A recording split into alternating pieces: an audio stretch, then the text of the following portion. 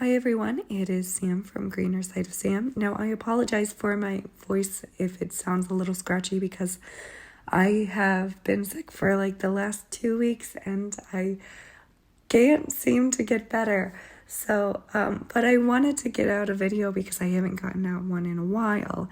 And I wanted to talk about this book for a long time because I read it a few months ago and I was just...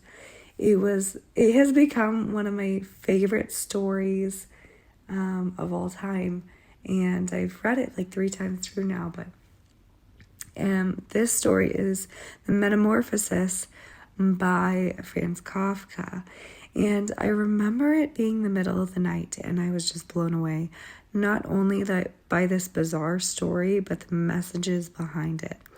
It took me a few times of reading it to realize that Kafka writes in such a way that not only gives layers to his characters, but raises the question of what it means to be in fiction. When I read this, the metamorphosis wasn't just about Gregor turning into this bug-like creature.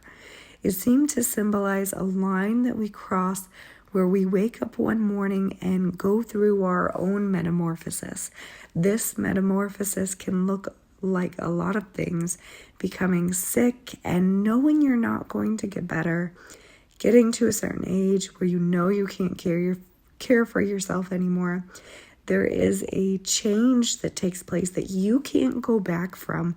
But in this case of the metamorphosis, it's not the caterpillar turning into the butterfly and spreading its wings.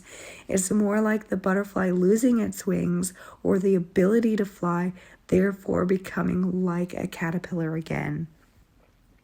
Now today I want to focus on what comes after the metamorphosis. What comes after is care, but it seems to be a care that is clearer than the one before.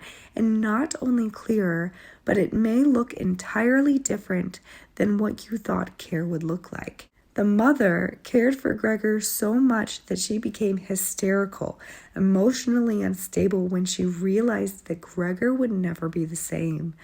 But she did not care for him enough to feed him, to take care of, and do the hard work for Gregor to survive. The one who really cared, that may have not been as clear before his metamorphosis, and we don't really know that, but it was his sister, and perhaps she was the only one that cared.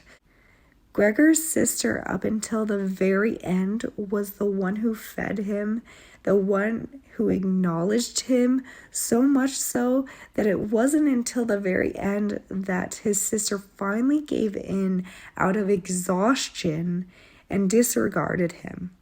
I think at this point she knew that hope was lost for Gregor to ever become human again, and she just needed to let go. I think this story points to something that is far darker than what is on the page.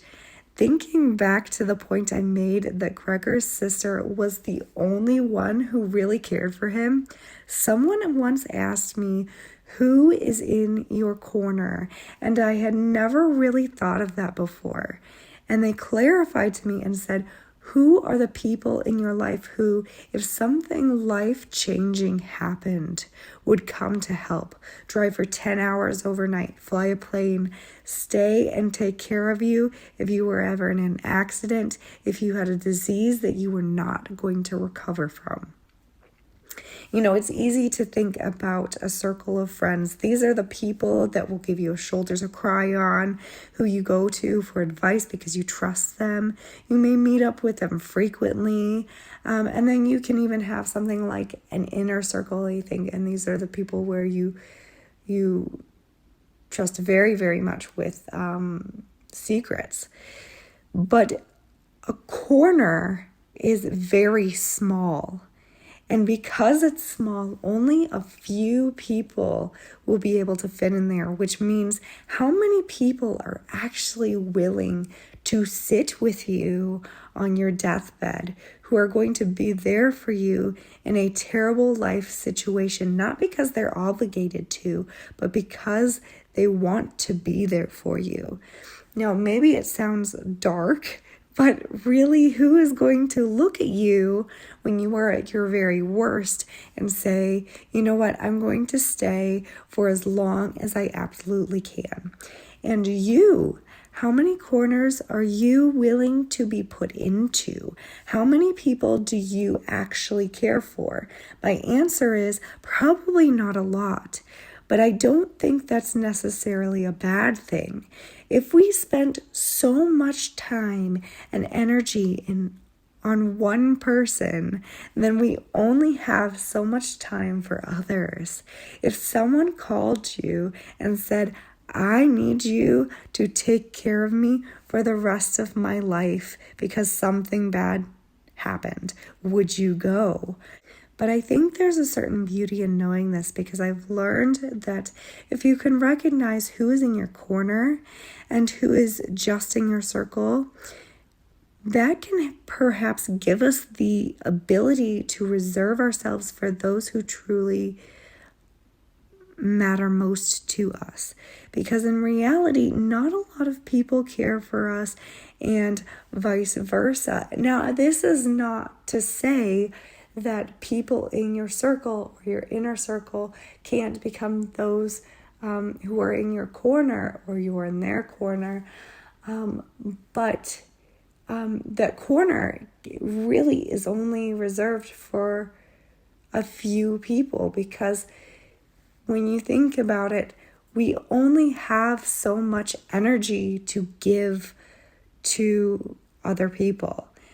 We have energy to give to our families, ourselves, and so if we decide to be in someone's corner or have somebody be in ours, we have to realize that that's going to be a person that takes up a lot of energy, right? And I do want to mention a channel here.